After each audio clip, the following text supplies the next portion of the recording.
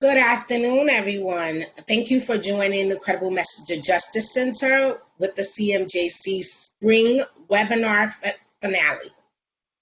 This webinar today, we're going to talk about support for credible messengers, and we have an amazing lineup of presenters, including Reverend Maurice Winley. I'm going to have him come on. He's going to introduce himself, talk a little bit about what it is he does. Maurice, please join us. Yes, good afternoon, everyone. My name is Maurice Winley. I'm the founder and executive director of Living Redemption Youth Opportunity Hub. It's a credible messenger-led initiative serving Central and West Harlem. Our mission is saving lives, healing communities, one relationship at a time. And so I'm grateful to be on this panel and looking forward to the conversation. Thank you, Maurice. So I have a question for you. How did you get started into doing the work? How did this start for you? And how has your journey been? Well, for me, this work, as the name of my organization, Living Redemption, this is redemptive. As a credible messenger myself, a person who have graduated from Street University and have paid consequences, and at the same time wanting to redress some of the pain and harm that I've caused, and just really developing a strong missional outlook on life. That's the genesis of that. That's the motivation. That's the value core, the space that I work from. And so began serving, volunteering, going back to places, running programs for gang-involved youth in high schools, and just doing it voluntarily, going into Rikers Island, speaking, just doing wherever opportunities made themselves available. And then from that, a number of appointments and opportunities began to open up. I would say the signature piece, particularly around the credible messenger work, was back in Mayor Bloomberg had launched Archer Transformative Mentoring in conjunction with New York City Department of Probation as part of his Young Men's Initiative, and being able to be a project lead on a site in Harlem. And so working, building a team of credible messengers and being able to journey with them, many of whom I'm still journeying with now. And so you're talking about over a decade of growing and working together. And so that's the space. I'm a third generation minister out of Harlem. My family has been serving in Harlem at the Soul Saving Station for Every Nation since 1942. So that's the other backdrop in terms of there's a mission, there's a sense of duty, a sense of legacy in terms of being engaged in community transformative work. Excellent. Thank you. Thank you. So I'm now going to introduce Mr. Charles Dotson, and he will tell you a little bit about what it is he does, his role, and how he got started in the work. Thank you. Good afternoon. My name is Charles Dotson. I am pleased to be with you.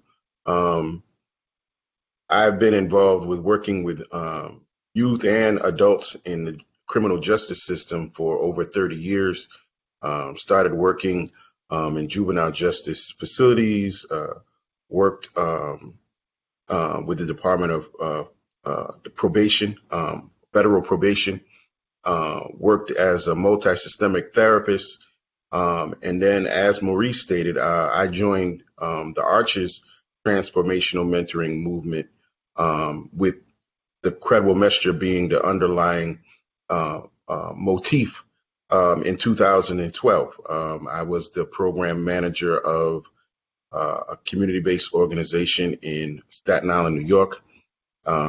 We had really outstanding success with the model in Staten Island. We helped young people get employed, young people who weren't working, young people who were struggling with probation and were on the verge of being violated by the probation officers. We helped them get back on track. young people who were out of school. We helped them get back into school. So we had a tremendous amount of successful outcomes with the model. And when Clinton Lacey, who was the Deputy Commissioner of Probation, left to become the Director of the Department of Youth Rehabilitation Services, known as DYRS in Washington, D.C., he asked me to come to Washington, D.C. to build the model. And we have expanded exponentially over the last 5 years. And, I'd really like to share some of that as the session continues. But I'm really pleased to be here. Based on my experience, I started my own consulting company, which trains credible messenger organizations naturally to be successful in the credible messenger movement. My motto is strategize, mobilize, and organize. So we really are teaching organizations how to properly keep organizations functioning, how to develop a successful model, how to implement proper program design, strategic planning, and then overall just managing the staff so we can get successful outcomes with the young people that we are charged to serve. So I'm really invested in this work. This has been a calling of mine. It doesn't really feel like work because it's something that I'm just passionate about, and I can see myself doing this long as I get older, for a long time. So thank you, Tiffany, and I'm pleased to be here today.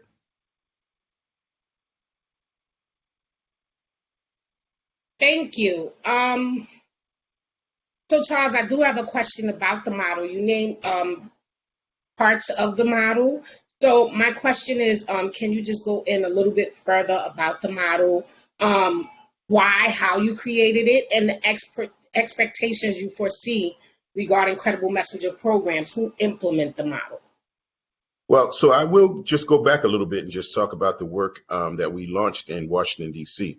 When I came to D.C., we built the model to work with young people who were attached through the courts to a juvenile justice organization.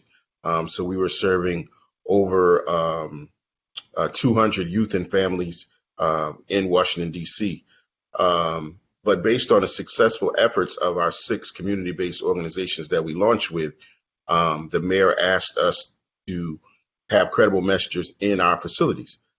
So we built a credible messenger program to work in our detention facilities. Once again, based on the success of the model and just the community support and hearing the efforts of the credible messengers, we were asked to go into the Department of Corrections and actually train men who were on a particular unit. It was called the Young Men's Emerging Unit. We trained men who were incarcerated, inmates, to mentor other inmates on that particular unit. So it was a unit of about 35 men. 5 of them were trained to be mentors. And then we came back to train the rest of the men on that unit. So if they transition, or if and when they transition out of the facility, they could become credible messengers to our youth.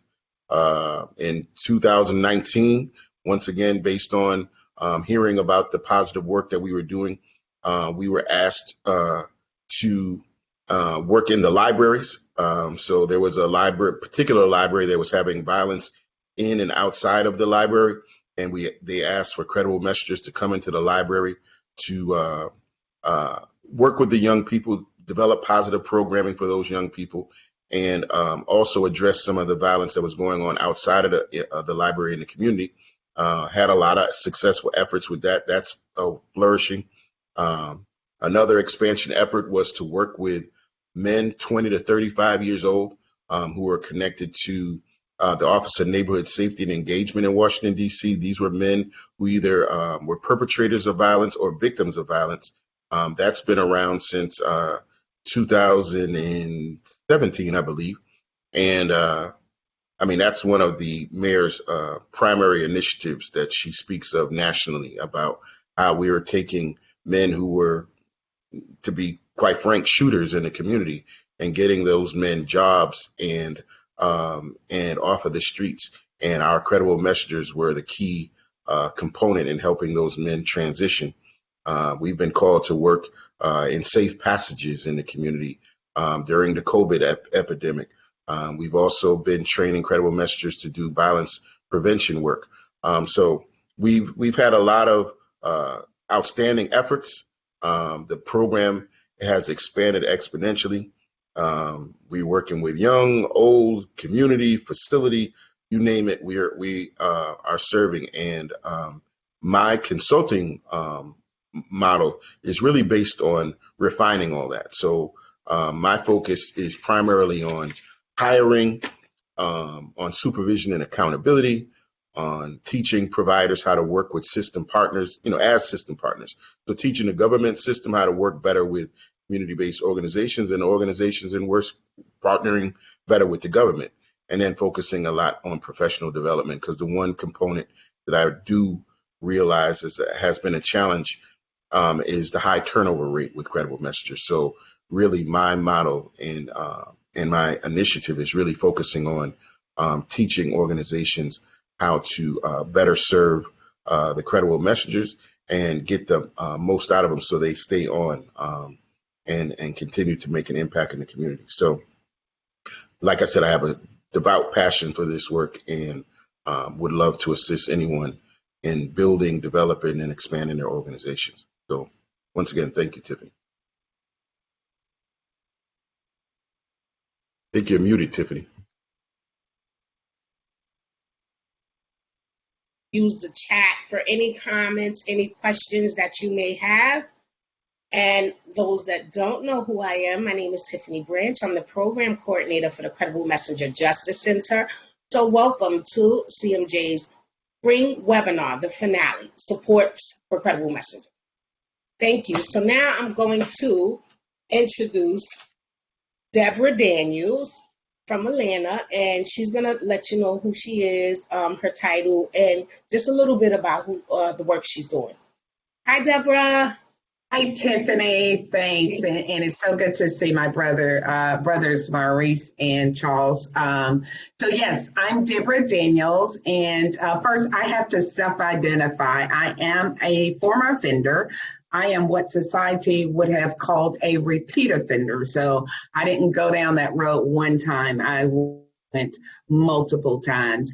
I am also one of the co-founders of the Offender Alumni Association, which was birthed here. Today, I'm actually in Birmingham, Alabama, and OAA, Offender Alumni Association, was birthed here in Alabama out of a passion of about 5 or 6 formerly incarcerated individuals who came together and said, there is no place, no support for us to have that peer-to-peer, one-on-one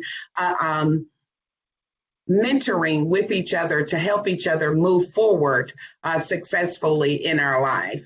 And so I work for Prison Fellowship Ministries, which is one of the largest national ministries, which was started by Chuck Colson, who was also a former offender. And Chuck used to call us his alumni brothers and sisters. And that really connected with me because I didn't feel like I was an outsider when he said that. He included me as being part of his network.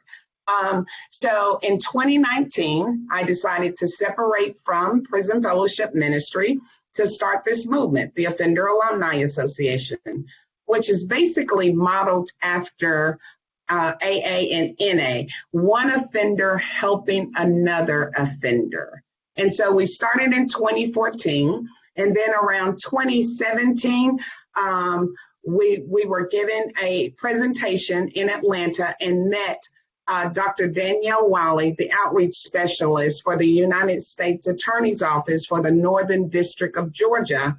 And she said, hey, we need that OAA to be a part of what we're doing here in Atlanta to utilize individuals with the lived experience to actually reach back and connect with those, both adults and youth, who are struggling with their lifestyle, being involved in criminal, gang, gun activity, and to help reduce the recidivism rate and to let people like ourselves know that there is a different pathway in life that's available to them and that is achievable if they decide that that is something that they want. Tiffany?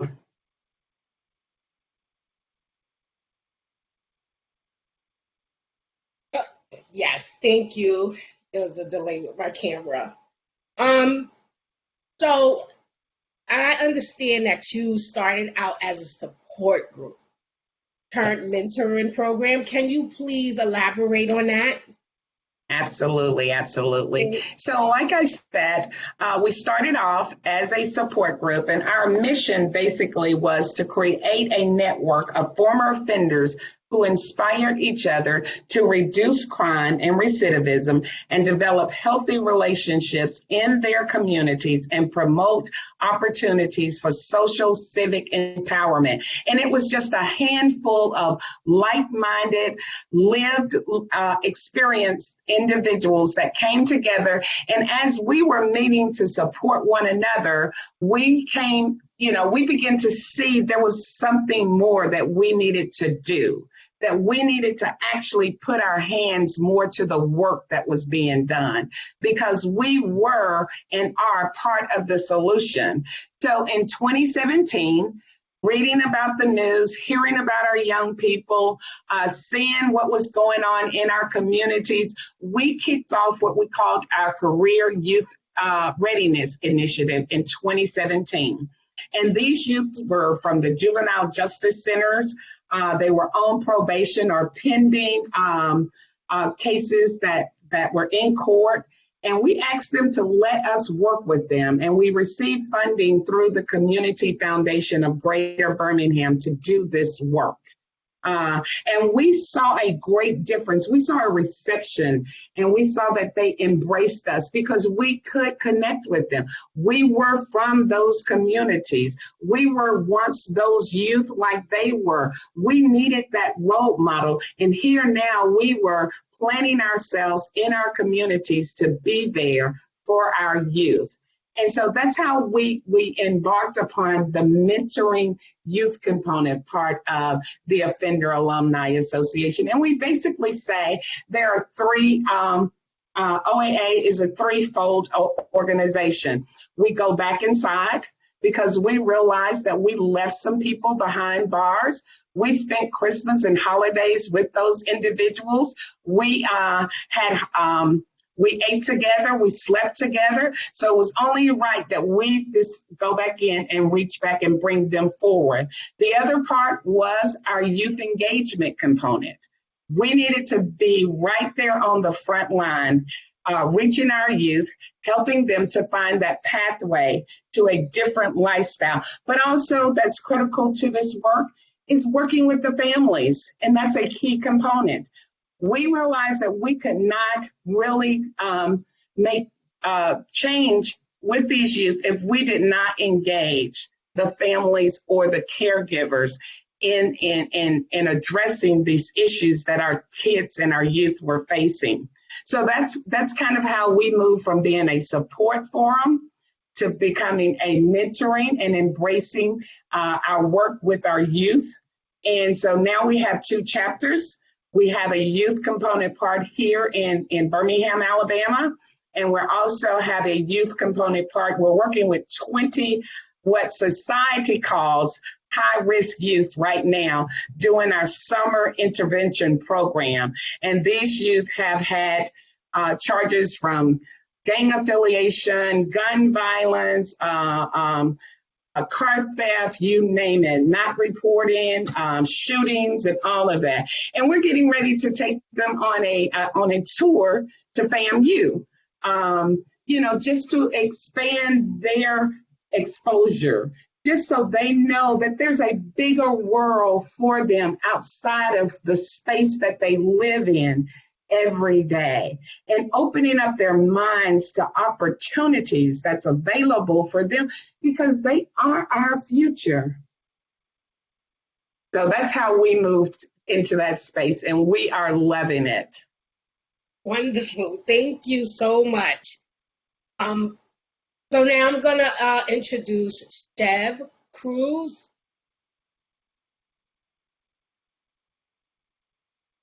So Chev will tell you a little bit about, he'll tell you his title, a little bit about what it is that he does. And yeah, Chev, welcome. Awesome, awesome. Thank you for having me, Tiffany. Thank you everyone on the Of course. panel. Peace and blessings to everyone. First I want to welcome the ancestors that have come before us, that have been doing this work for a long time, who've died in the struggle. I also want to welcome those warriors, those credible messengers who died in the struggle, who died trying to find the way. It's because of them that I stand here, because I'm able to see further because I stand on their shoulders. So part of the work is bringing that energy into today's vibration so that we understand the history, so that we understand where we're going. So thank you for that. And second, I'm Chev Cruz, and I represent Young, Fresh, and Conscious, which is an organization that I started here in the South Bronx from blood, sweat, and tears. Just trying to find my way as an Afro-Latino growing up here in the South Bronx. My training is in a clinical background. I had a lot of questions growing up. So I worked in many modalities, in hospitals, youth programs, homeless shelters.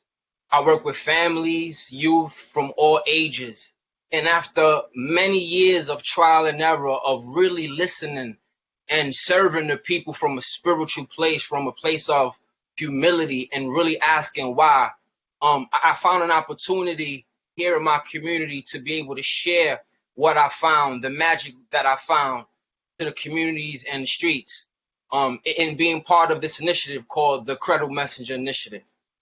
So I took this initiative and I took this opportunity as a springboard to be able to share my message that I found and share the message of the people that I work with from the ground up, because they have a voice as well.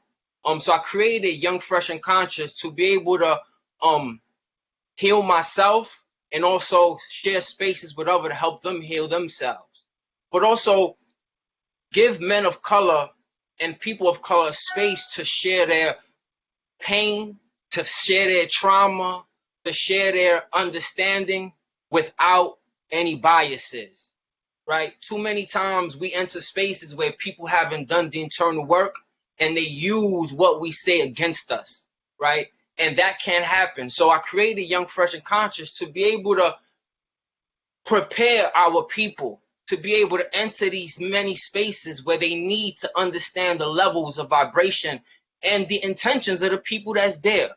But also as a big brother to mentor the mentors, right? That's so important. Too many times we put our people in situations that they're really not ready for. So they need a big brother or somebody, an uncle, somebody close to the situation that understands what they're going through, that can coach them through the process without any biases. So thank you. And it's an honor and a pleasure to be here.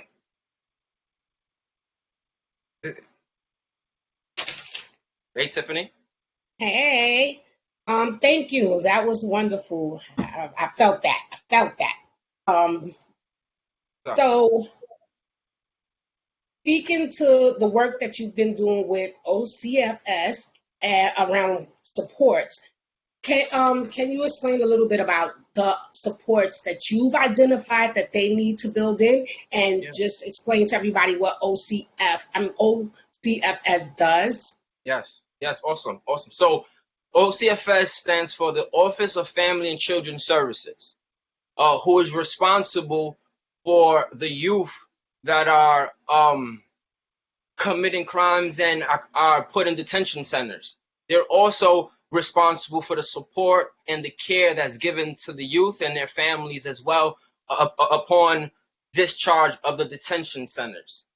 So a lot of our youth go up to these detention centers that are placed in Buffalo and Rochester and Mid-Hudson, Long Island, in these regions.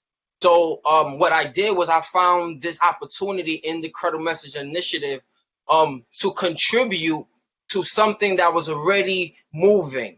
And I looked at to see how I can contribute with my talents and my skills and just be a part of something that was already going on and helping the community and the families, because I had something that I wanted to share. So I partnered up with Community Connections for Youth that came into my community and began doing trainings on how to be a credible messenger. And for myself, coming from a Latino background and Latino culture, right, being a mentor is something that comes when you're a big brother, right? You don't have to go to prison to become a credible messenger, right? That happens when you become a big brother. Right now, I have a little brother, little sister that I have to be credible for, that I have to deliver a certain message to. So from that point on, I already understood my role in being a messenger and being credible to my family and my community. So I took this opportunity with OCFS to be able to be part of the training team and actually lead the spirit of this training and train not only the credible messengers, but also the system stakeholders on removing some of those titles and some of those barriers that don't allow us to really connect as people. So I was able to not just train, but immerse myself in community, right? A lot of the times the trainers come into communities and they train and they go home. Not the way that we do it as far as the generation of hip hop, right? We understand that it's elements to everything that we're doing. So I'm just a part of the element. So I immerse myself in Rochester, in Buffalo, in Mid-Hudson with the people that are in the community, with the pulse of the people. And I shared some of the things that I found here in my community, that I found in my walk. And we compared notes and we challenged each other on a consistent basis to elevate the consciousness of not only ourselves and how we do the work, but challenge those that come from system, right? Because a lot of our people that work in system are our family members too, but they've been stagnated and their vision has been stunted with old ways of looking at things, right? So Young, Fresh, and Conscious was an approach that I developed, and I was able to share with these regions on always staying relevant in the discussion and then looking for new ways to share the message, right? And that goes on both sides, right? Yes, we come from trauma and we have a lot of issues that we have to work through. However, people that work in system and have degrees have also issues that they have to work through, because it stops from seeing people as people, right? So this initiative really allowed people to break those barriers, come together, leave those titles behind, and recreate something authentically for their community from the ground up. And it was a beautiful experience.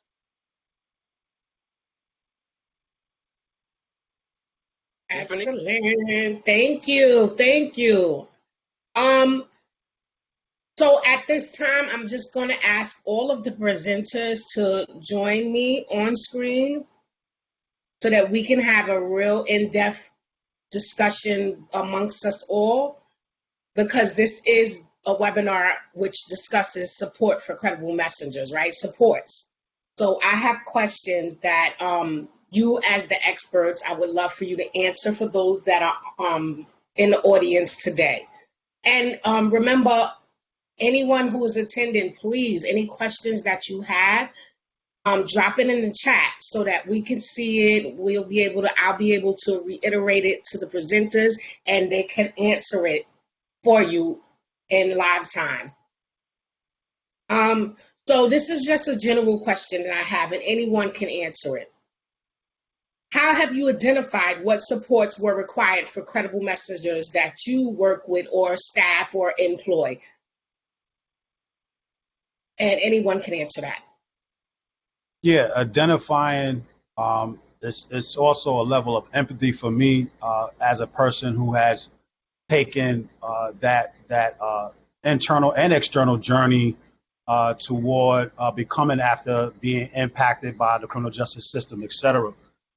So just already understanding some of the nuances and some of the realities and just being open and empathetic and at the same time being able to share real time of your struggles and success, and just really creating a culture of empowerment and trust, so that people can be vulnerable and not feel weak.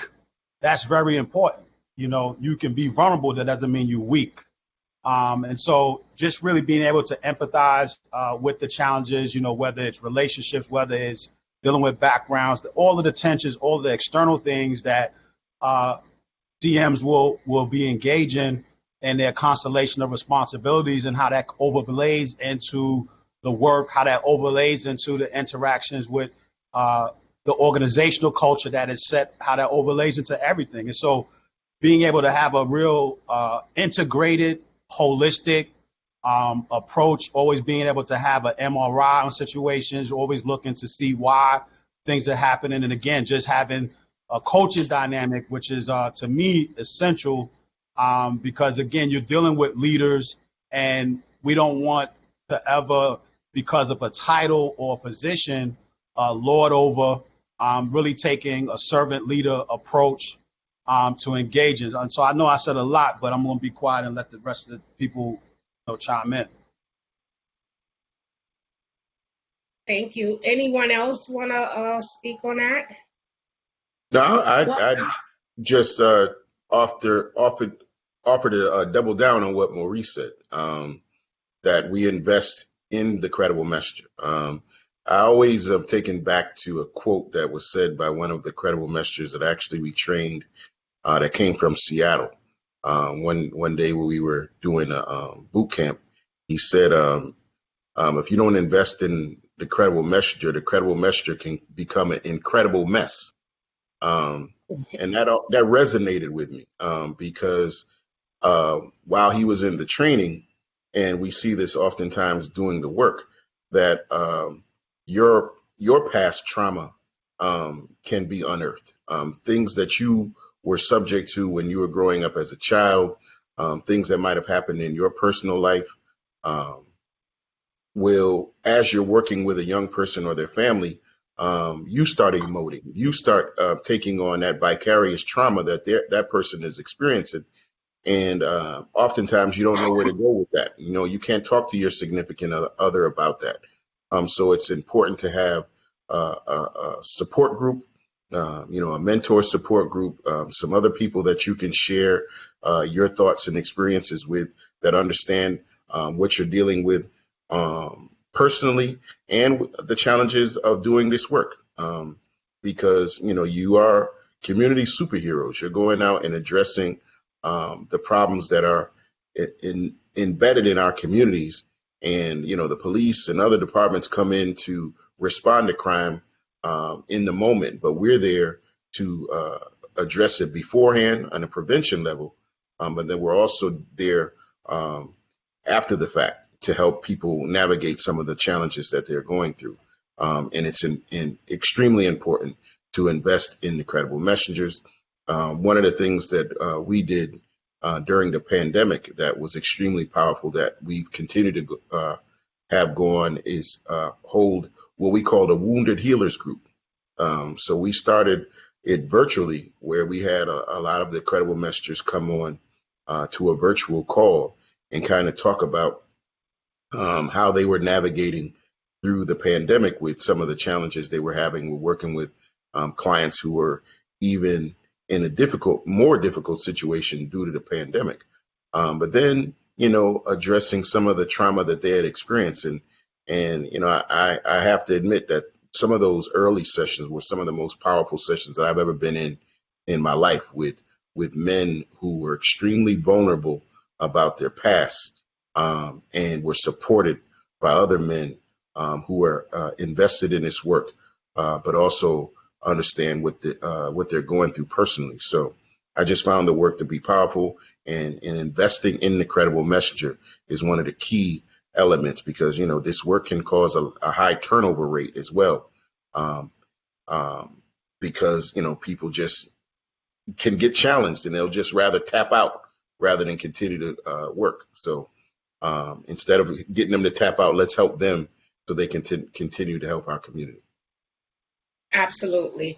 Absolutely. Yeah. So for So, me, um, go ahead, Chef. Go ahead, Chef. Mm-mm. yeah. So I just wanted to add that for me, I started first by doing the internal work on myself. You know, I realized that I couldn't do a lot of this stuff on my own. So I put myself in a situation where I was able to travel to different places where brothers like myself and sisters like myself were having similar issues and similar conversations. And what I did was I just sat myself there and listened with an open mind and an open heart.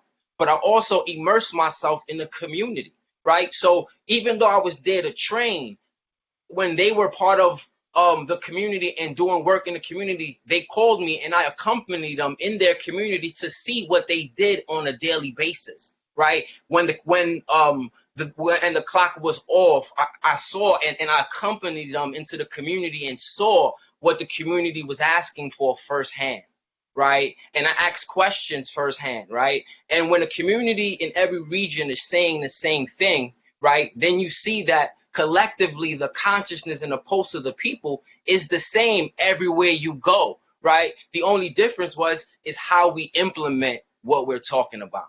So that's how I found out, you know, what the credible messengers and what the communities and families needed, right? They spoke up. Yep. Yes, Absolutely. I'm going to chime in on that really, really quick, Tiffany, and I agree with everything my brothers have said. The key for us is being intentional. We have to be intentional about reaching out to one another and having that space and that time where we interact and engage with each other to check, like my brother was saying, our health and our pulse to make sure we're still healthy, we're still sane, and we're still operating out of a space that of being healed. And, misery loves company, right? So we don't want to operate out of that space of harming the people that we're trying to reach, that we're trying to bring to a level in life that has meaning and that has purpose. So our supportive forums lends itself well for that space to do that. And we have what we call our credible messenger staff meetings regularly. And it's intentional. We do not cancel them. We don't postpone them. If somebody can't make it and there's 2 or 3 that can, we go forward with that meeting and we fill each other in. But the other thing is too, we challenge each other to call one another on a regular, hey, just pick up the phone and call Maurice and see how the brother's doing. He wasn't at the meeting or we didn't see him and just to continue to do that with each other. We have to build that with each other and be intentional about it. Thank you. So with that being said, there was a few things that were mentioned, high turnover, traumas being unearthed. So when we speak to other jurisdictions, states, organizations, systems, starting credible messenger programs.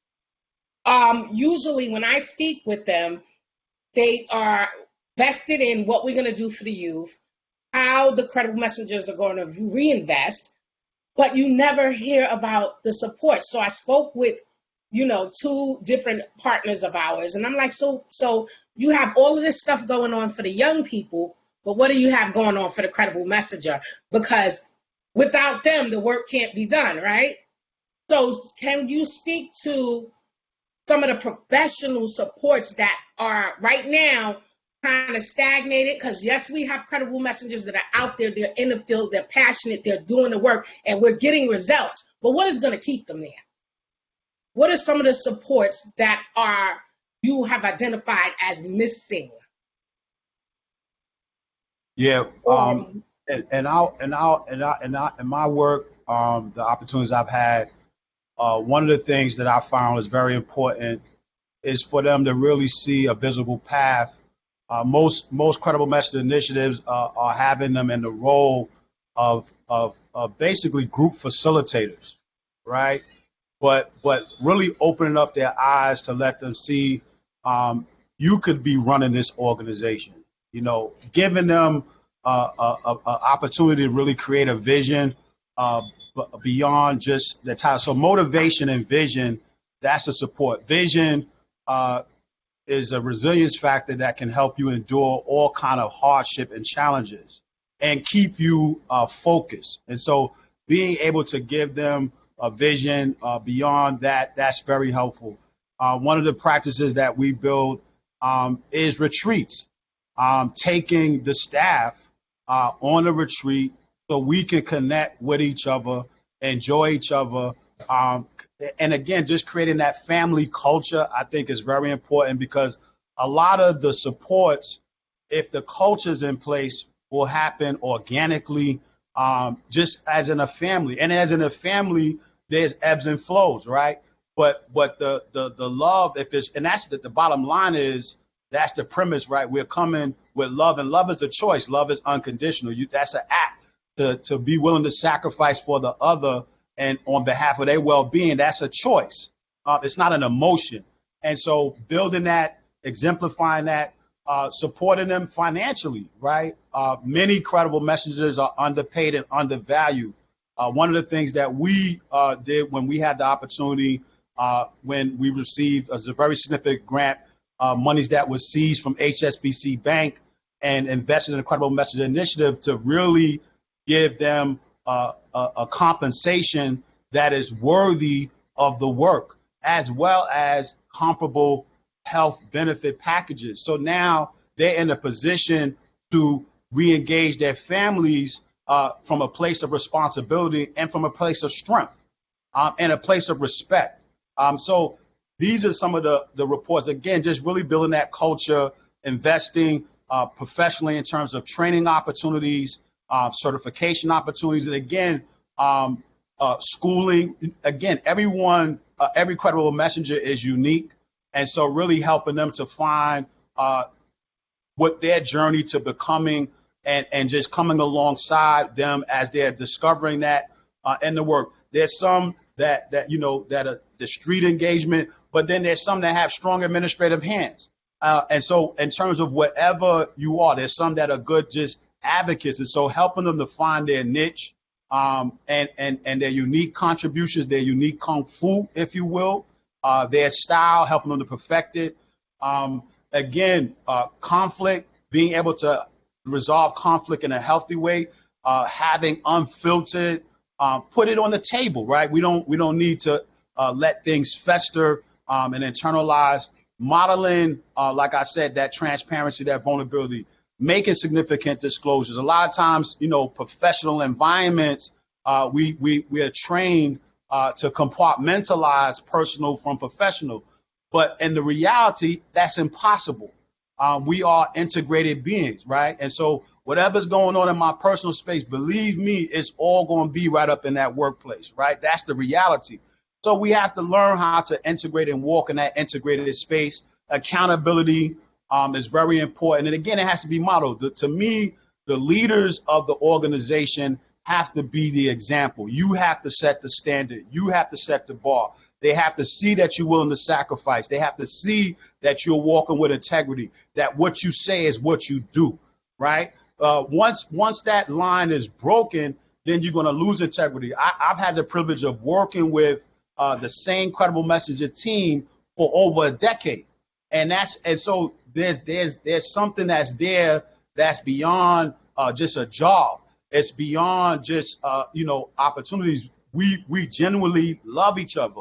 Our families are integrated, right? So this is the type of space that I think credible messengers, and it's not the typical traditional conventional environment. We're talking about a real, authentic human system, or organism, a movement that's real. It's not based on a policy and procedure. It's based on I care about you, I love you, and we see the challenge in our community, and we're working together to make an impact. Thank you. Those was very, very powerful words. Anyone else have anything else to say on this, towards this question, or can speak to that? Yeah. I have something to share to add to that. I agree with everything that Brother Mo was sharing, man. He's right on Absolutely. point with that. And I just want to add that, coaching, everyday coaching, a lot of our youth and parent partners need ongoing coaching, right? And the coaching might look unorthodox, right? But sometimes our people learn best when it's not in the training room or it's not in the classroom, right? They learn best when you're in the community with them, right? So coaching is very important, but also trying to meet them where they're at. Not everybody wants to make this a career, but everyone does need to feel the warmth of what it feels like of helping each other, right? Everyone does need to cleanse some of that karma of hurting others, of hurting community, right? There's a process of restoring that is missing in this work that needs to be implemented, right? Where's the restoring the harm, right? And people sometimes have to remove themselves from doing the work and actually serve and restore and take the time out to give back and do something that helps you heal internally and helps you evolve from the place that you are at, to help you see how your experience has contributed to where you're at right now and how you're connected to something bigger than just being a credible messenger, right? That's just a title, but we're all connected to something bigger, right? And actually having the time to sit with your employees, to sit with your people and help them walk through those thought process without judgment is crucial. It's very crucial. So thank you for letting me share that, Tiffany. And then Thank you for that. Tiffany, I would just even echo what Mo and Chev are saying with examples of what the investment looks like. So investment can look like training. Here we train every month. We have a particular training that we use to enhance the skill set and the tool belt of each credible messenger. So we're giving them additional skills, knowledge in order to address the needs of the young people that they're working with, but also just enhance who they are as a person. Because we all, as Maurice was saying, or Chev was just saying, that not everybody might want to make being a credible messenger as a career. This was a passion that they had right now. They wanted to invest in the community, but through their connections and what we call social capital, that they reached out to other organizations. You might be supporting a youth in a school and the Department of Education wants to hire you. You might be supporting a youth or a family at the Department of Employment Services. And that employment agency says, wow, you're good at bringing people in to get jobs or connected to programming that allows community members to get jobs. And then that agency might want to hire them. So we've seen a lot of people grow and develop into other careers, but were launched by being a credible messenger. Being a credible messenger was a springboard to the next career. Also, the investment has helped them grow even in a credible messenger initiative. So, Chev and Maurice talked about salary, or I think Maurice specifically. But when I was with Arches, all of the mentors were part-time. But in DC, based on the blessing of having Clinton Lacey, who's really the godfather of the modern credible messenger movement, Clinton came here and invested in it. And so we've had credible messengers start as credible messengers, then be promoted to leads. We've had leads become promoted to be program coordinators. We've had some of the coordinators now running government, managing programs within the government. So we've had many examples of those people being promoted from within. And that's a wonderful experience to witness, because other credible messengers can say, if I invest in myself, I can see myself being elevated into those positions. I don't have to be always on the street. I can promote myself with a little investment in group facilitation or computer knowledge or attending classes to improve my management skills. I can then be promoted to a higher position, but still be invested in this work, but achieve a higher salary. So it's making that investment is extremely important to support the credible messengers personally, financially, and then just overall, as Deborah was talking about, supporting them through the support groups. Thank you, Charles. You took the words right out of my mouth. Literally. That was what I was going to say. You may not want to be a credible messenger forever. That's what I was going to say, but at least create a path where they can grow professionally. And one thing we got to do, so see what happens is, and I'm just going to give some insight from my point of view. Working for these organizations, we put out the RFPs, they fill out these applications, they say what they're going to do, we ask for reports, they give us reports, blase, blase, blah. What I would love to see is us really walking through these organizations, these senior management, really becoming a part of these programs. Really dropping in to see how the programs function, meeting the young people, sitting in the groups with the credible messengers, hearing their issues and problems so they really know how to implement supports that are needed. I've worked at so many nonprofits.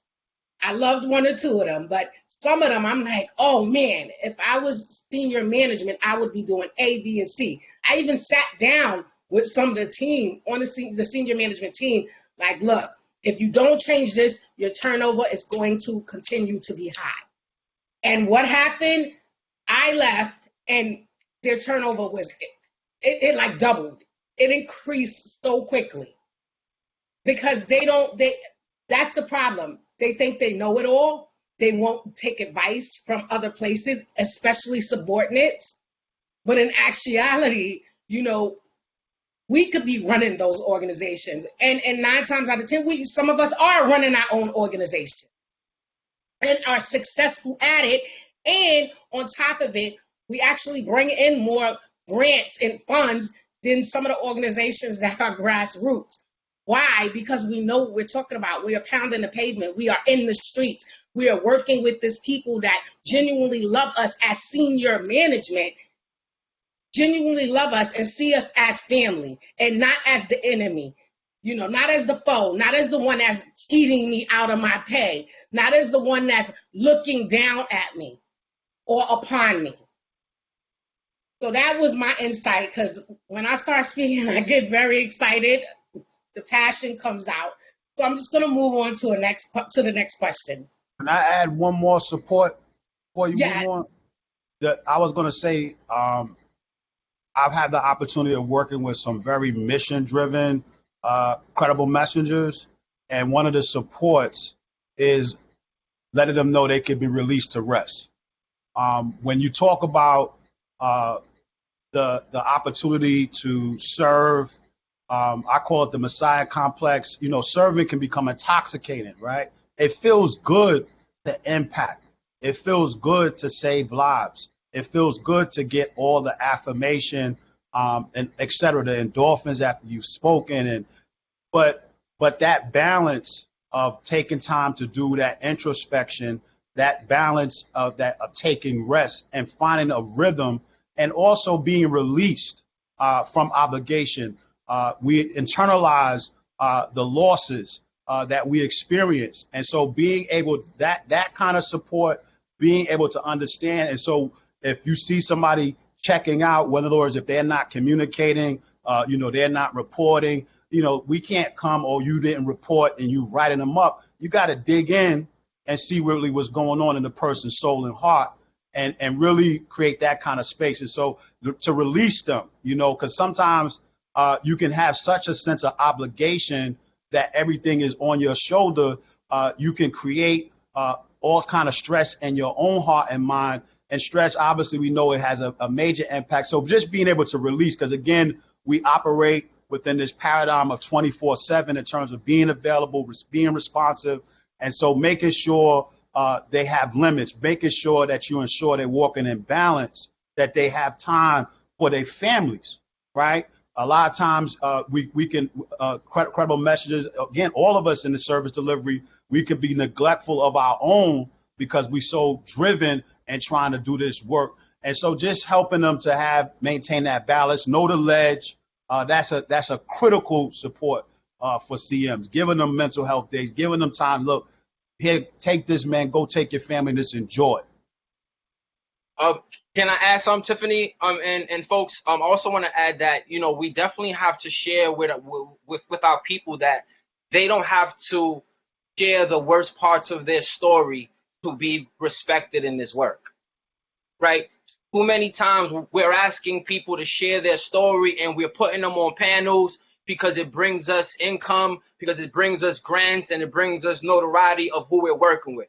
But it does a disjustice to the individual and the community that they serve, right? So one thing that I do with Young, Fresh, and Conscious is helping people learn how to retell their story, right? That's crucial, right? People don't always have to hear the worst parts of it, right? If you can retell it with the lessons in the forefront, with the understanding of what you've gained from that experience, then that's all people need to know, right? Your story is sacred, right? And we need to share that with our communities, that our story is what brings us value, right?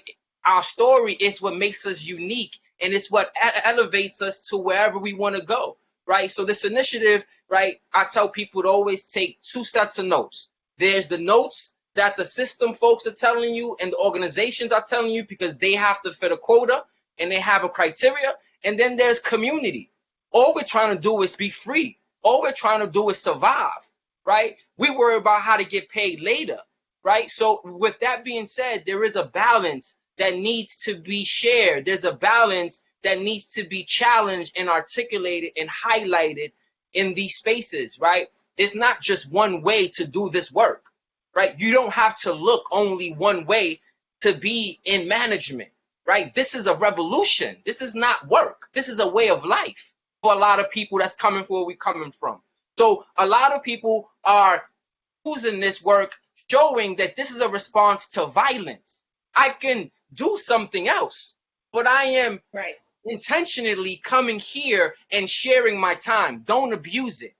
Don't abuse me, and don't abuse my compassion and my kindness, and don't put me in situations that's going to hurt the light that I already have. And that's what's happening in these spaces, right? A lot of directors are poverty pimping, right? They got brownstones and houses while the people still living, you know what I mean, check to check, right? And that dis-ease creates anger and rage, right?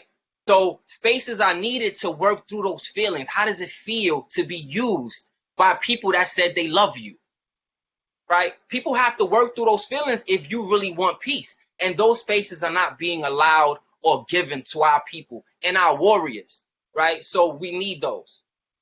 Thank you for letting me share. Absolutely. Wow. That was amazing. All of you today, just amazing. Yeah, so also that takes me to this question, and it's probably going a little bit off the topic, but it's not. I often get phone calls and emails, and trillions of them, like, hey, where do I become a credible messenger? How do I get certified? I have to explain this over and over and over again. So can you each give your viewpoint, your standpoint for those that are on the call, what a credible messenger is?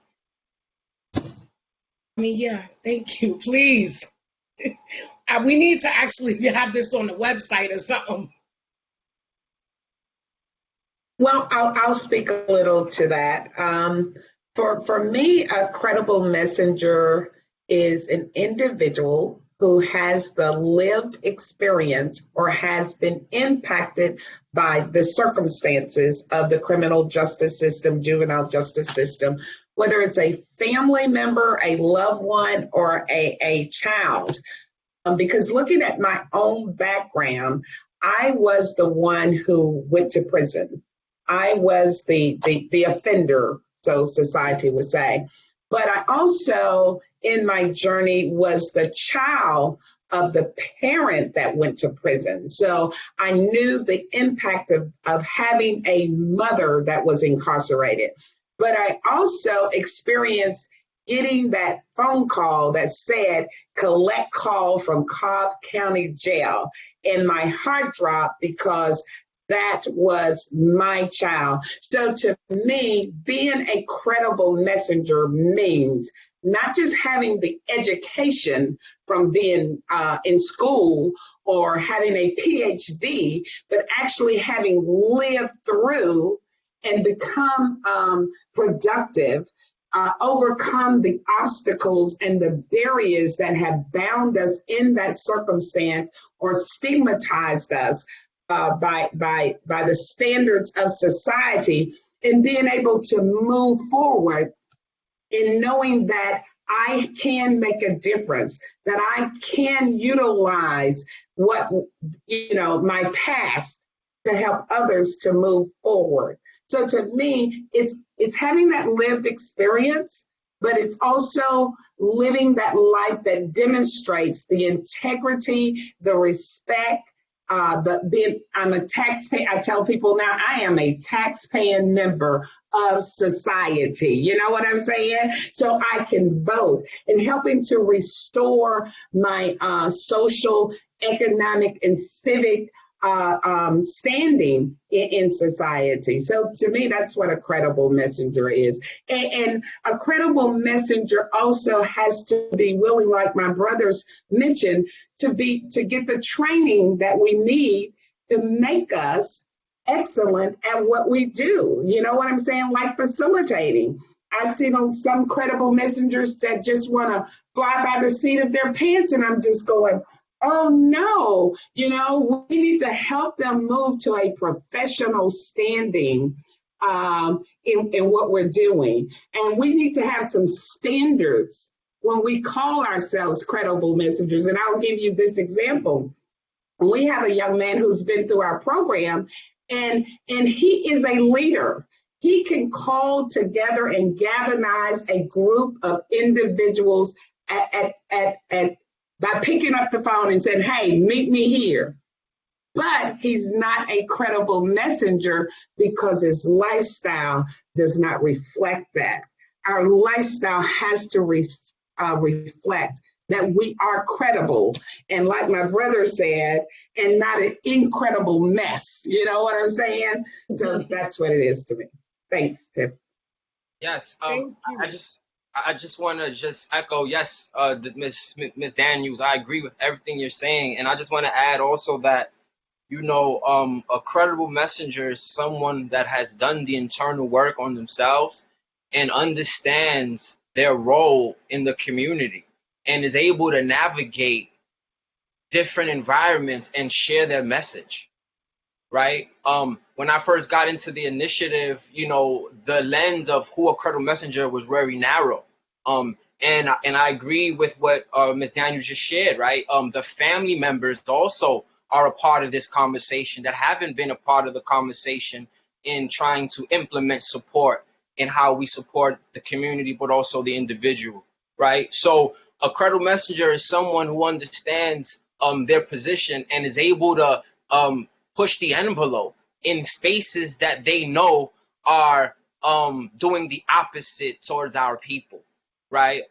And that goes for professionals, right? In doing this work, me being able to work with OCFS, I challenged a lot of those case managers, those social workers, those therapists that look like you and I, right? And I asked them, what lens are they watching and looking at our people from? Are they looking at our people from a professional lens or as human beings, right? And a lot of them were stuck with that question, right? Because they're trained and we're trained as professionals to use one set of lens, right? But when you take that off, here's where the real work starts, right? So to be a credible messenger and to do this work, you have to be willing to not be liked in these spaces. You have to be willing to challenge your friends, your family members, your supervisor on their approaches, right? This is not about hee hee ha ha and kumbaya, let's be friends. This is about what is the best approach in helping our families and communities heal and move forward, not who's right, right? And a lot of the times, too many of us are stuck on ego and titles, right? And everybody want to be the godfather, right? And put people in positions, right? But this is about liberation, right? This is about survival, and let's not forget that our people are dying every day while we're trying to make up policy and procedures on how to do this, right? There are people that are already doing this, right, in the community, and you can't remove the spirit from the work, right? The spirit is what this is about, right? Trying to move forward and not accepting no as an answer, right? So you got to be willing to push the envelope, and you got to be willing to stand alone, and you got to be willing to model what humility looks like in public, right? And you got to model what restorative justice looks like in public in real time. Too many people take these mission statements and they push them on the people, and then if you ask them, do you employ this personally into your lifestyle? The answer is no, right? So if it's not good for you and your family to eat, how is it good for me and my family to eat, right? It has to be universal, right? So thank you for letting me share that. Thank you for sharing again. So we was gonna take a 5-minute break so everyone could. Can I just make one additional comment? Absolutely, please do. So I agree with Chevin and Ms. Daniels, and I have a unique situation because in New York, I worked at one of the community-based organizations that received a grant from the Department of Probation to do credible messenger work. So there was 20 organizations that received the grants throughout the 5 boroughs. I was one of the providers that received one of those grants working out in Staten Island. But my interesting shift came, I wouldn't say a shift, it's just I became a part of the system. I became a part of the government when I came to DC. And so I've seen both perspectives. And what Chev was talking about from a credible messenger standpoint also has to be adopted from a system standpoint. You have to believe that you're embedded in the communities, that you're building the capacity of the organizations that you're working with, that you're not looking down at them, that you're bringing them to the table and you're having a conversation. You're not talking at anybody. You're bringing people to the table and they're having a conversation, and the community's voice is at the table. Our credible messenger team is extremely cultural competent. They know exactly what's going on in the neighborhood and what the neighborhood needs to have to heal. And so we get them at the table. Oftentimes, by being a part of the system and being a program manager, different systems, whether it be Department of Health, the Child and Family Services Administration, Department of Health, they would ask me to come to a meeting, and I would send a credible messenger. You know, I would say, you are knowledgeable of what's going on in this particular area. So I'm going to ask you to represent our agency at this meeting. And so the community's voice is at the table. You can report back to me what you heard, because I am truly confident in who you are and what you bring to the table and what you can bring to the discussion. And so therefore the system is hearing from our people about what our people need. You know, our mantra here at Department of Youth and Rehabilitation Services in DC is the answer is in the community, that the community has the answer and they're bringing it to the table, and we're empowering them by having them sit at the table with the leaders, you know, with the systems leaders, to hear what the community needs. And then really what, you know, my focus has been with my consulting company is really getting systems to understand that, you know, just because you have a title doesn't mean that you, or a degree doesn't mean that you're an expert. The community is an expert, and we're going to bring them to the table and have them heard. And so, you know, the community isn't yelling at the system for change. We're bringing them in and having them be a part of the discussion. And it's the more systems understand that, the better they'll be. So that's one of the things that I have taken on the mantra of pushing throughout the country whenever I have national discussions about what this work looks like, is to get the system to shift. And like going back to what I said earlier, promoting from within, having some of our credible messengers continue to gain the skill sets, and now those people are at the table. They're promoted to those job titles, and now they are, managers. They're directors. They are grassroots people who are now in administrative positions. And then just the last thing I would say about that, during the pandemic, some of the training that we would have is we hired a provider to train everybody on how to work PowerPoint, Excel, Zoom, all the computer aspects, right? So if some of our credible messengers went kicking and screaming because they said, I don't want to work a computer. I want to work the streets. I'm boots on the ground. I lace my Timbs up every day and I hit these streets. Nah, but we're going to equip you with these skill sets in order to continue to grow. We don't want you to be 50 and 60 years old still pounding the pavement. We want to elevate you so you can now pass your wisdom down to the next young soldiers and have them come up. We had taught them how to do virtual icebreakers, So if you can't be in the groups and doing icebreakers, having young people moving around in groups, let's teach them how to do virtual icebreakers. We had community resources come in and present every week, have them come in and talk about what resources do you have. You have a clothing closet, you have a soup kitchen, you have a person that does resumes. Tell our credible messengers so they can bring the young people to your programs. You do wellness, you do yoga. Tell us about what you offer so we can have our credible messengers fill up your classes with young people who need that, right? So we continue to enhance their skill set so they are proper representations of what our community needs. And so, I'm big on the system partnership. I'm big on not talking down at anybody, but having a conversation with them. Thank you. Anyone else want to add to that? Nope. Excellent. So we've been talking a lot. We've dropped a lot of knowledge. The discussion is not over yet.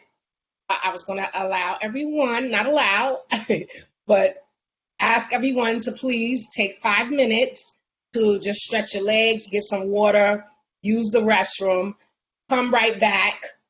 It's more to come. I'm going to open up the floor to the audience. Plus, I still have a ton of questions. See you in 5.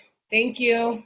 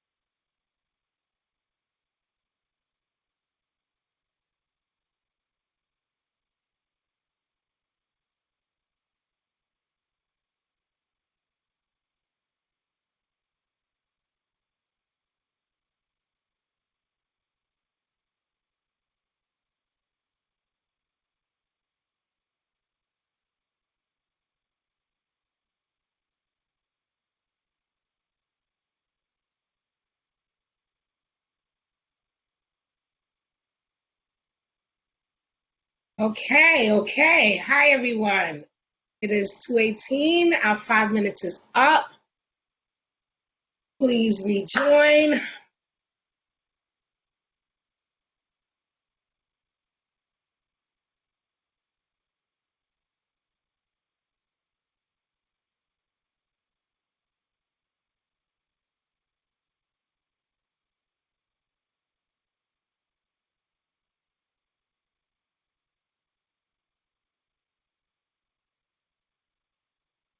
Waiting for the other presenters.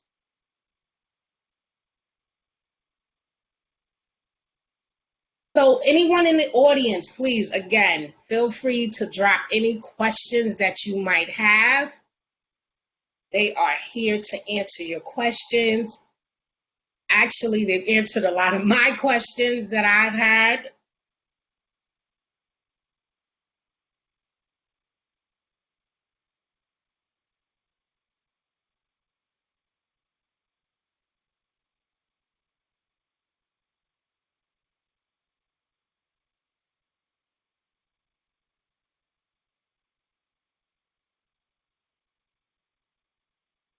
Okay, we're just waiting for Rev Mo and Deborah. But in the meantime, I would love for them to be here because this is such a great question that I have here. Oh, there go Rev Mo. So I'm going to just go ahead and ask this question because I'm like, I'm itching to ask it. So for those who've had lived experience, how has the work or the support changed or developed from when you were on your journey or transitioning? That's a powerful.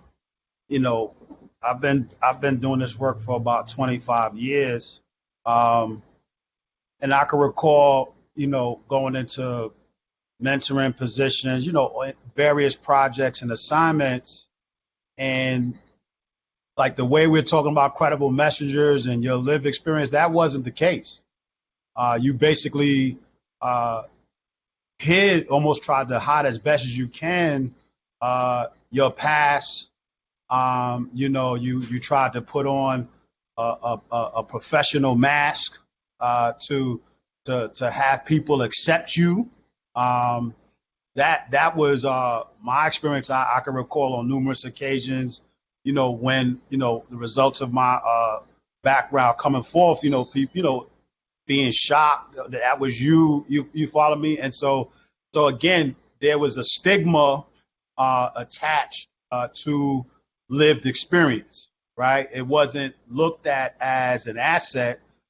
It was looked at as something, it could actually bar you from opportunities or limit your opportunities. And so to see now that lived experience, I mean, we're not talking about ban the box, but I'm talking about in terms of where your lived experience, we recognize if properly processed, that is a gold. Those are diamonds that an individual has and possess to understand that organizations and professionally that we're recognizing that this is a wisdom that this person represents a unique vaccination, if you will, for a particular ailment in the community. That's refreshing, So yeah, that's my piece on that question. Wonderful. Thank you for that. Anyone else? I like the fact that Mo said vaccination, because that's been me. I have a partner of mine that we've been collaborating together, doing a lot of work. Our association or company is called Academy for Transformational Change. And our mission is really to change systems, to get them to adopt this credible measure approach. And one of the terms that we created was COVID isn't over. Our COVID is contagions of violence, incarceration, and death.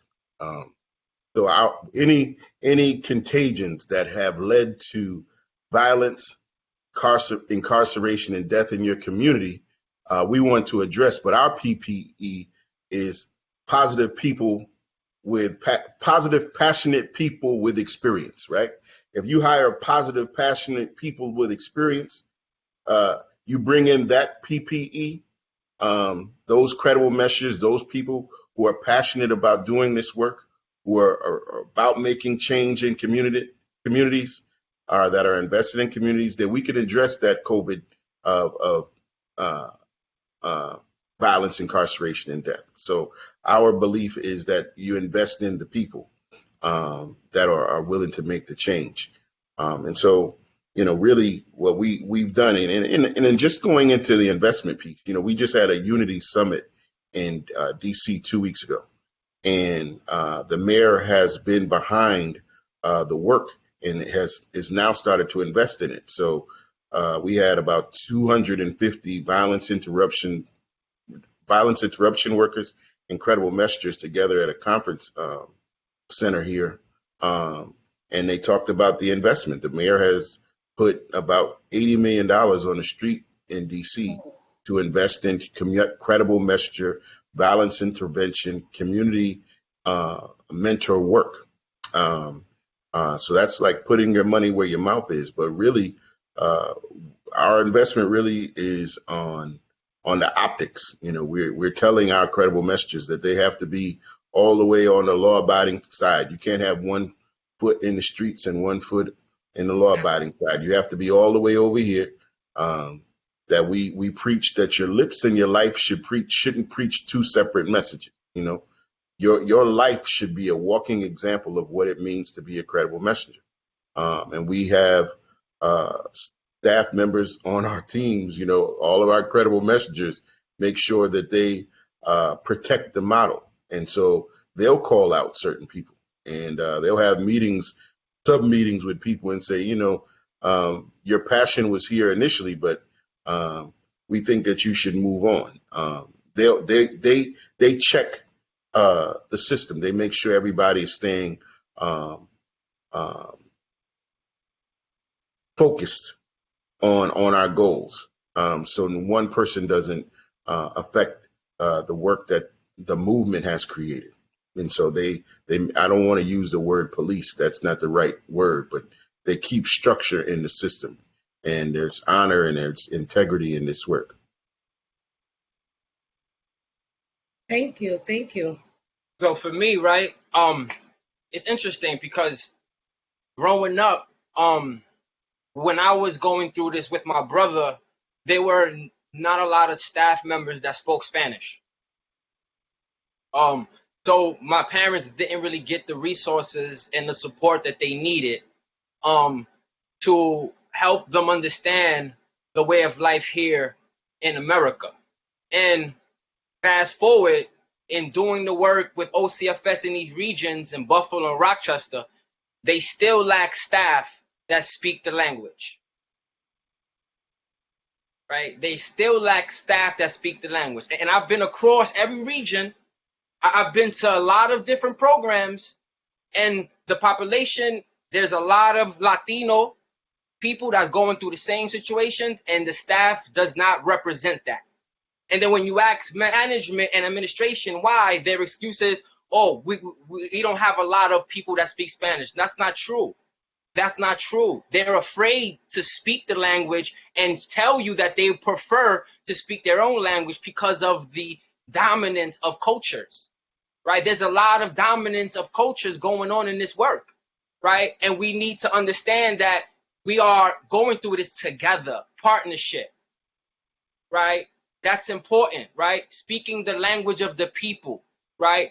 Even if they can't read or write, you have to have someone that speaks the language of the people, or you have to be connected to a network of people that speak the language of the people, right? But you just can't say, oh, we don't have it because it's not something that they're requesting. No, that's unacceptable when you're seeking help, right?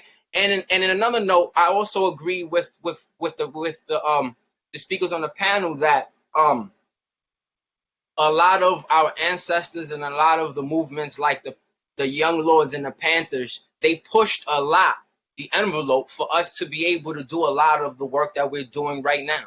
And we have to start with history so that the youth and the families understand that this is not new, right? That there is movement However, if we don't create spaces where we can challenge where we're at, then they're going to continue to run around in circles, because the healthcare system is one of the systems that control the thinking of our communities and other systems.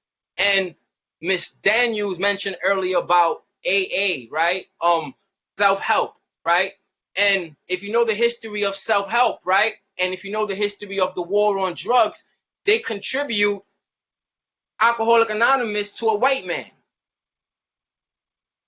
right? The story goes that a white man created or began the first self-help, right? And that's important for our people to understand that that's not true, right? Circle comes from indigenous practices.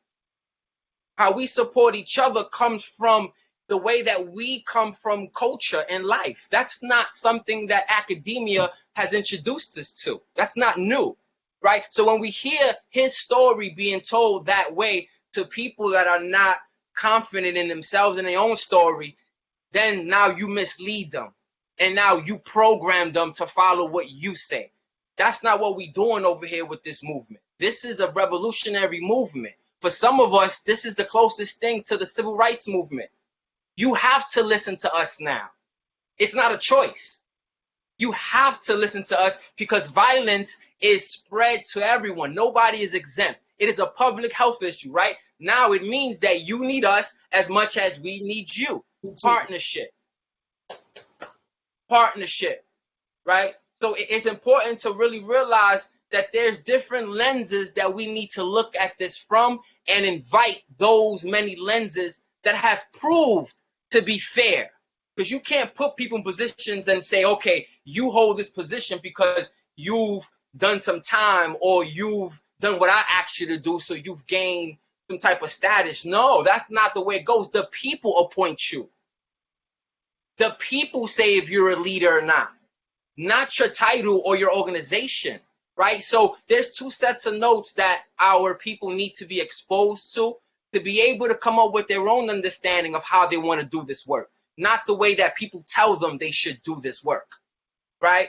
Right? Because there's no uniform to this work, right? This comes in many shades and colors, and it can be very violent if things don't go the way that we need them to go, by the same people that you put in positions, right? So this is an important part of the discussion, that we have to humble ourselves, and it's not about who's right, but it's about what is right, and what are we putting in place that's tangible in real time to help our community members feel good about where they're at in their personal journey, but also help them see that there is a way when no one else says there's a way. Right? Because that's the bottom line of this. Not everybody's going to run an organization. Not everybody's going to have the intellectual knowledge or the education to sit behind a desk. It's okay if you want to run the pavement till you 50, 60. There's nothing wrong with that. Right? And this is what we need to encourage people. Whatever position that you want to be in, as long as you're contributing to the peace and the healing of the people, it's okay. Right? There's levels to this. All right. Thank you, sir. Right now. I felt that. So I will have two stories I want to share, and it is in regards to what I have seen change during my transition. First story, I'm looking for employment.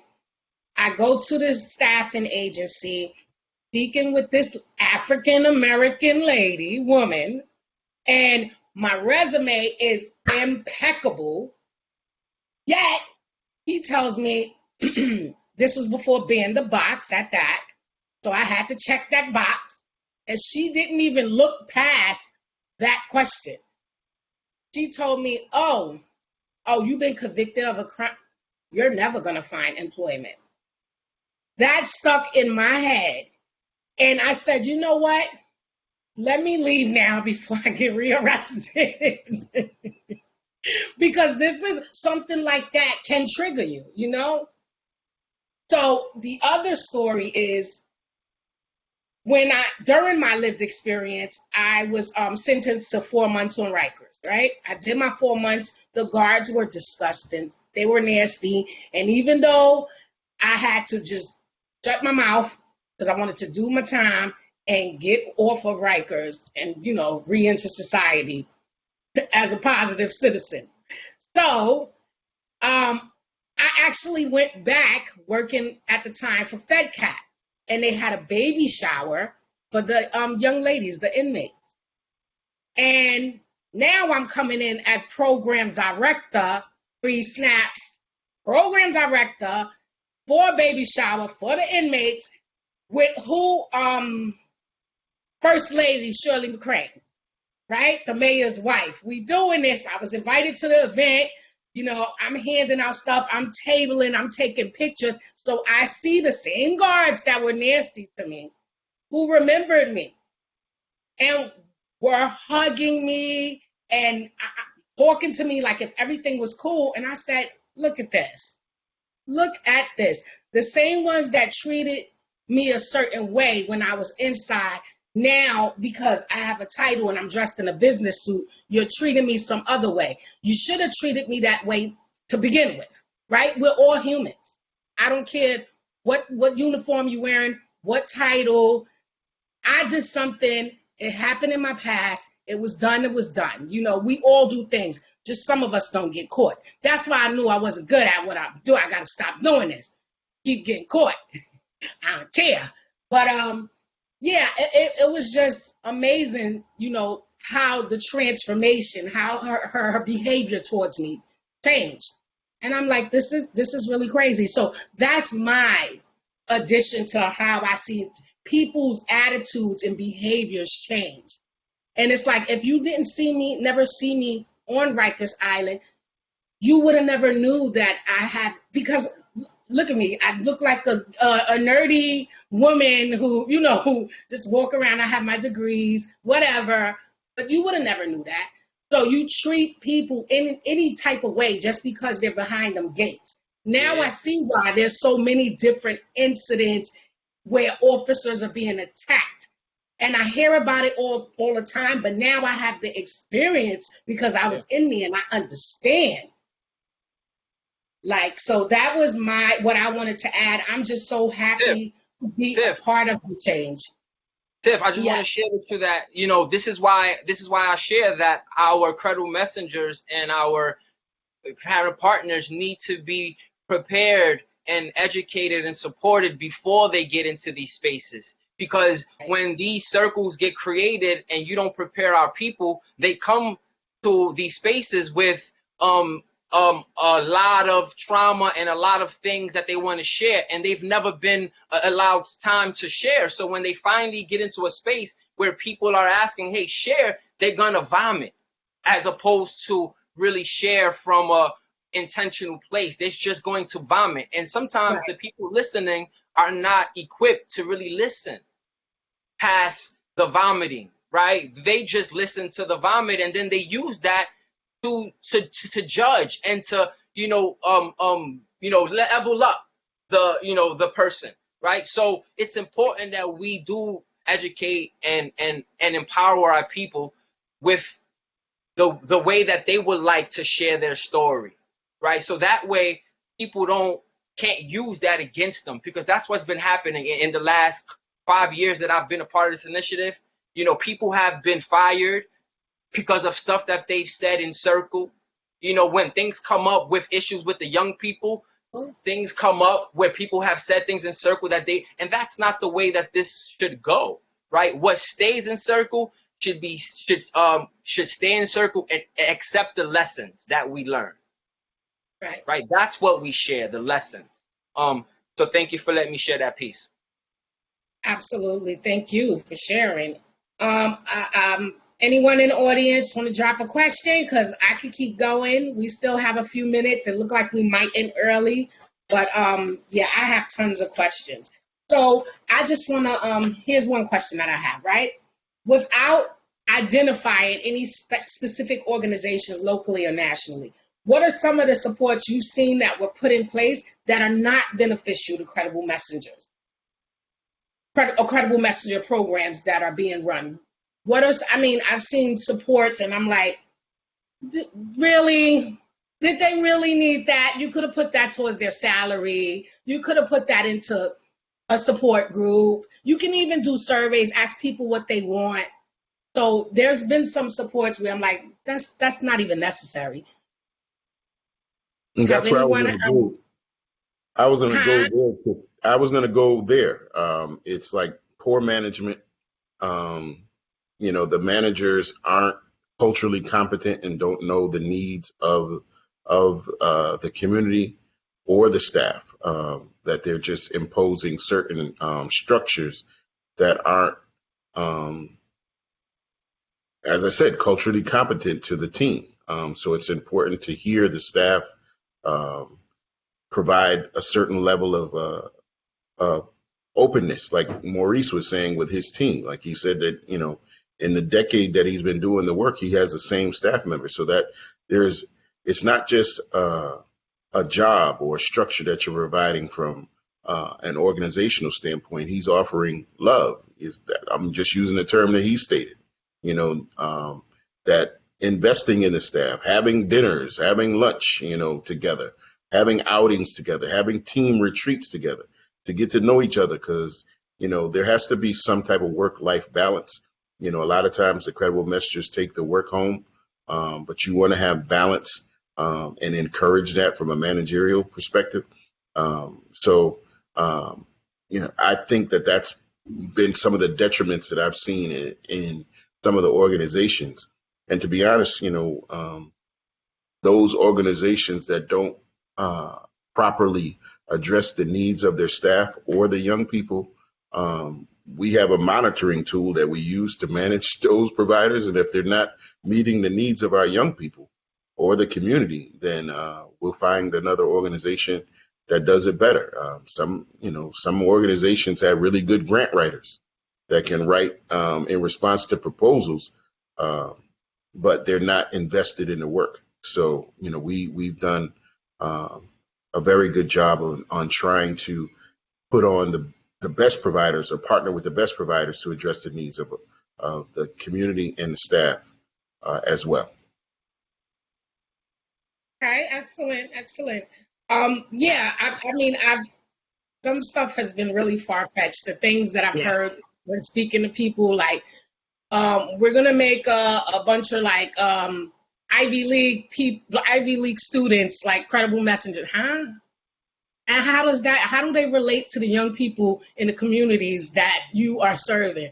Or we're gonna have them dress in suits. They cannot step into no housing developments in those suits and talk about we're pounding the pavement. No, that ain't gonna work. Like, so I've heard some really strange things. Yeah, so have I, Tiffany, and I agree with what my brother was saying. A lot of times the people that are in leadership in these organizations and agencies, they really don't have a real conscious knowledge of the work that's being done and what is needed. So they come up with all of these grand ideas to make themselves look good or to just say, we did this. And that can't be what it's all about. We've got to be intentional about empowering our people to move forward past their current circumstances and situations. And I'll give you a prime example from my own experience. I submitted a grant, right? And in that proposal, I wrote in that I wanted to do a family reunification retreat, right? And they came back at me and they said, well, this funding can't cover that cost. You know what I'm saying? Or you can't buy food to fellowship. We don't allow funds to be utilized for that, right? Or you can't take a child to a museum. I put in one of them, I wanted to take our children on a museum trip just for exposure, just for social, activity. And they said, no, you can't utilize the funds for that. You'll have to find funds. And so a lot of our federal funds are hindering what we can actually utilize our monies to actually do the work and to invest in people and not just give them a program and herd them through a program or a evidence-based curriculum. Let's do life with them. And doing life is getting on a bus and going on a trip, or meeting and having a fellowship and hanging out with one another and doing it in a safe environment and teaching them how to love their neighbors and how to appreciate one another, but bringing people together with lived experience and stuff to be there. So a lot of times it's the funding that these agencies are getting that says, hey, oh yeah, we'll fund you going and buying some, some T-shirts or something like that, or we don't need no more T-shirts. We need to live life with them. So yeah, I've experienced that. And yes, Deborah, you are right on point, Deborah, what you're saying. And that's the proof right there that they don't want us to have what we need, right? Because it's so simple, right? You take away the arts, then now there's an opportunity for us to bring the arts back, and you say no, right? You take spirituality out, and now here we have an opportunity to bring spirituality back, and you don't want to pay for the opportunity to bring it in. Here, it can expose youth and families to culture, right? Here's where someone at an Ivy school, right, if they're paired up with a credible messenger, they have a certain lens and a certain understanding that they can share with our young people that will benefit them. But it has to be done in partnership, Tiffany, right? So someone that doesn't walk the walk that we walk has a different perspective that's valuable. But if they're not partnered up with someone that can translate that message and that can show the interconnectedness of someone who has never gone through what we've gone through, and the connectiveness that they have to someone who has gone through what we've gone through, and how we help each other grow, and how we become credible for others now, right? This is why people come into our community. It's because there's culture here. There's magic here. There's a resilience here that you learn, that you take with you, and you go into your town and you become the best thing since cooked rice. But it comes from the people. It comes from the spirit and the passion of the people, right? So that tells you that there's something there. So if they're not giving us the resources that we need, then we need to start looking elsewhere and stop justifying just because they created a program and they are giving us crumbs. Like, we really need to push the envelope and hold people accountable, right? Yep. This is an opportunity to not go back to the way things were, where we have to follow policy and procedure. All of that is now upside down because of COVID and everything else. Here's an opportunity to recreate what works, and we have the say-so in that, right? So thank you for letting me share that. No, I feel you, because that was my next question. Deborah, you took it right out of my mouth. What have been some of the challenges faced when you try to provide specific support for credible messengers you employ or work with? That was my very next question. And I feel you on that. I say New York, I want to give New York a big hand clap. You know why? Because New York has taken the reins when it has come to allowing us to utilize the funds to do things. I was also a program director for Arches. I started out as a PC, quickly promoted within 3 months to program director, because I took on a whole nother program, because they seen that I came in and I really changed the dynamic of the program. And when I say that, I say that to say this. First of all, our numbers increased when I came in. One, I'm a mature, young African-American woman from the same communities with lived experience. And not only that, educated, but fun. The young people loved me. They loved me. I was everybody's mom. They loved me so much they would call me before they called their own moms. And I would have to call their moms and be like, look, ABC is going down with your child, but let's all three get on the phone and discuss it, because I don't want to feel like I stabbed them in the back, but I want to also rectify this problem. So one thing I got to do with not one thing, they told me I had to spend down $30,000. Don't you give a sister no $30,000. My kids went on fishing trips we went on fishing trips. We went on a retreat. Some of them never been to City Island. We went to City Island. We went to the movies. We did everything. Cultural diverse exposure is the key. For them to get on a boat and never been on a boat, 1, 2, never been fishing, for us to catch 44 fish, clean them and get to keep them, those kids were so amazed, wanted to do it again, loved it. So yes, it was like culture shock. Exposing them to different things makes them want to go again, makes them want to do different things. They see people live different. Why is this neighborhood so clean? Because they don't dirty it. They respect and honor and treasure where they live. And you have to learn to do the same. You know, so now a lot of them, no more, they couldn't wait for the doors to open. And they never wanted to go home. I had but we were allowed to have a caterer. So I had the caterer that could cook all diverse meals. So she would do Mexican cuisine. We would have Jamaican, Caribbean cuisine. We would have soul food night, Taco Tuesday. Like, it was a variety of stuff. That's me. I like to keep it diverse. I like to keep everybody happy. We happy, productive. They're learning. My groups were on point. My graduation rate was in the 90% when I left. And the only reason my program ended was because we didn't have a contract in the North Bronx. And a probation building, a neon in the North Bronx. But I guarantee if we did, my program would still be going to this day. But you are so on point with that, Deborah. And if you don't allow me to do what I need to do, how is anything going to change? Because what's going to happen is they feel like they're not learning anything. They feel programmed up. They go right back to these same communities with these same people and do the same things over and over and over. So nothing changes. What are you exposing them to? What are they learning? So yeah, I had to get that one out. My next question.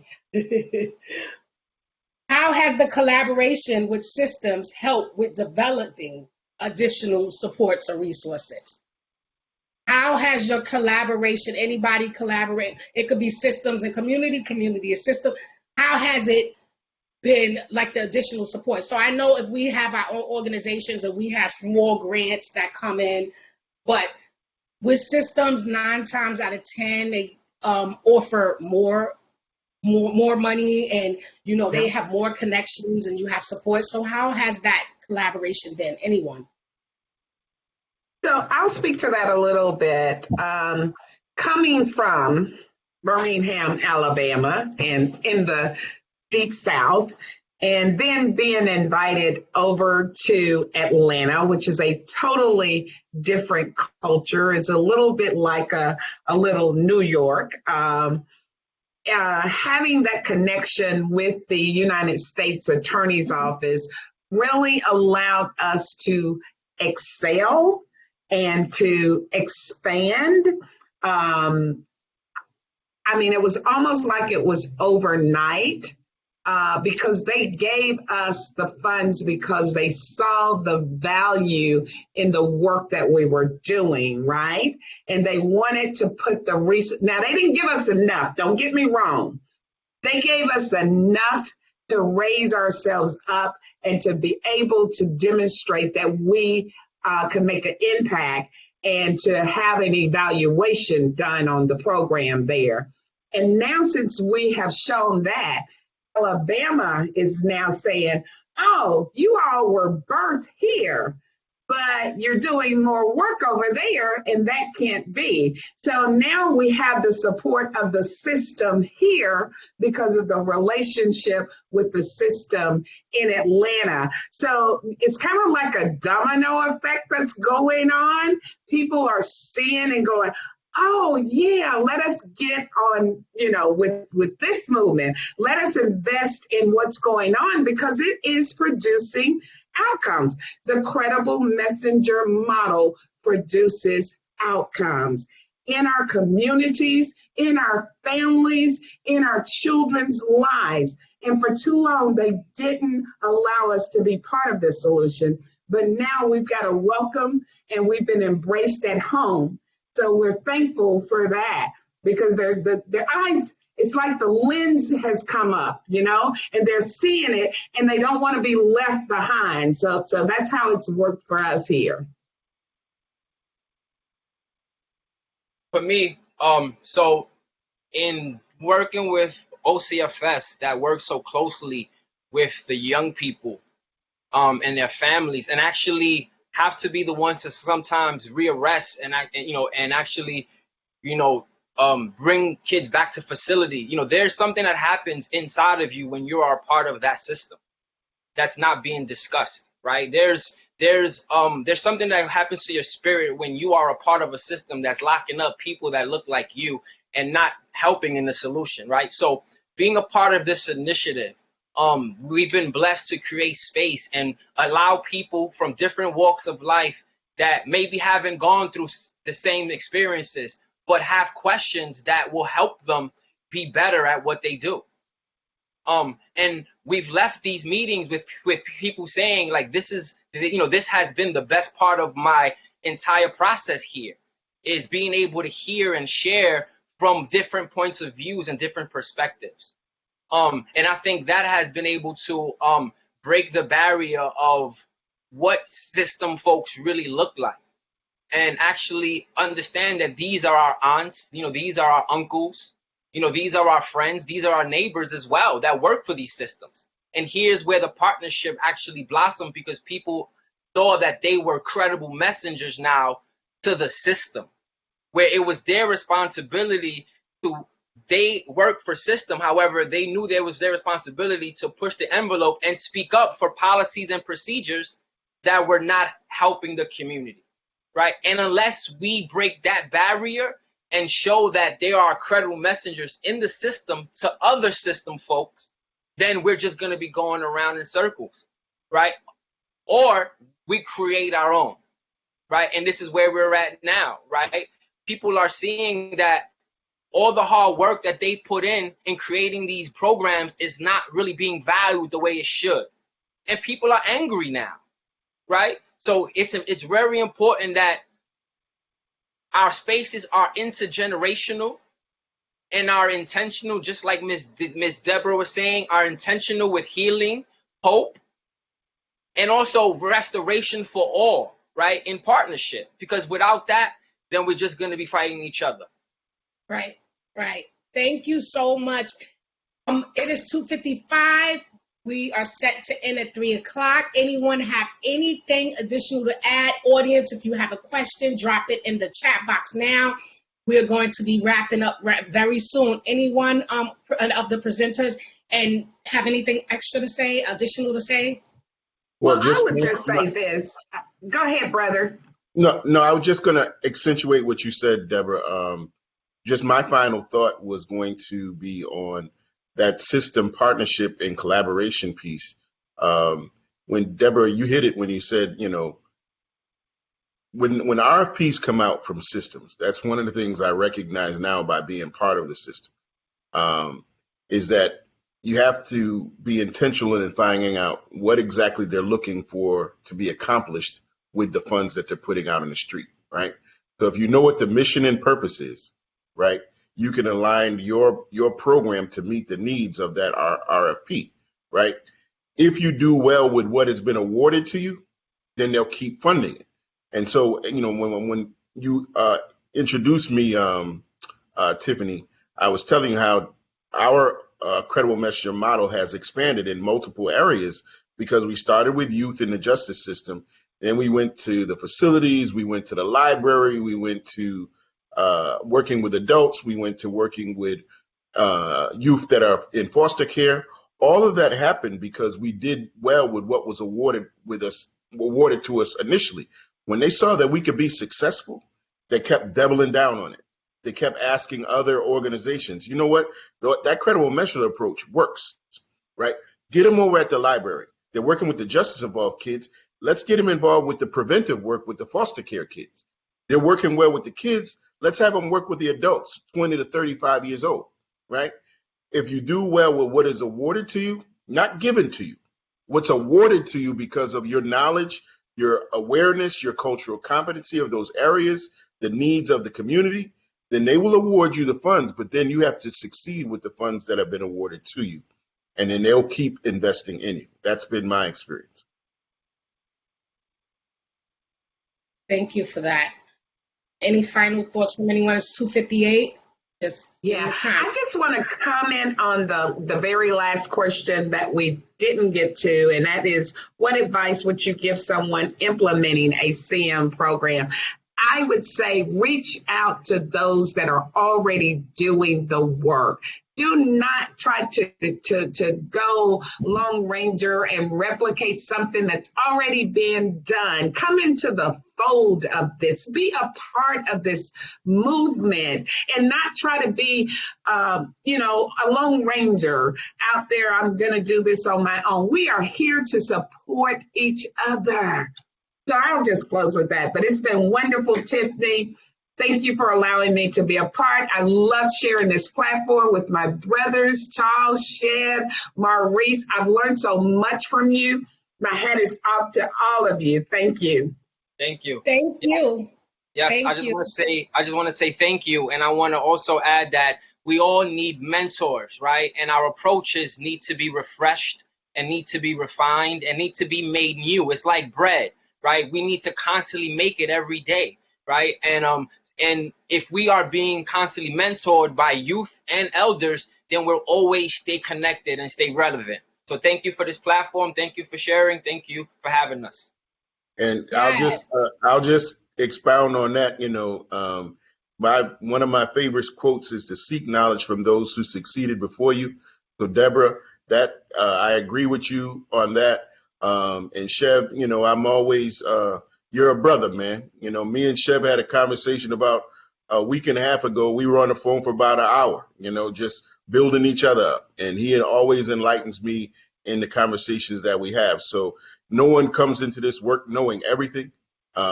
We can always go into forums and environments where we can learn more. You can't be the smartest person in the room. If you are, go to another room and keep gaining wisdom. So, thank you, Tiffany, for this opportunity. And if anybody ever needs any advice or consultation or support, just hit us up at the email, and we're available and there for you. Thank you. So with that being said, I'm going to close out. If you want to contact any of the presenters presenting today, I just dropped my email in the chat box. But I want to thank all of the audience members for joining us. And please stay tuned because we will have a full webinar series coming soon. Please stay on and fill out the survey, which is at the very end. Thank you all. God bless. Good day.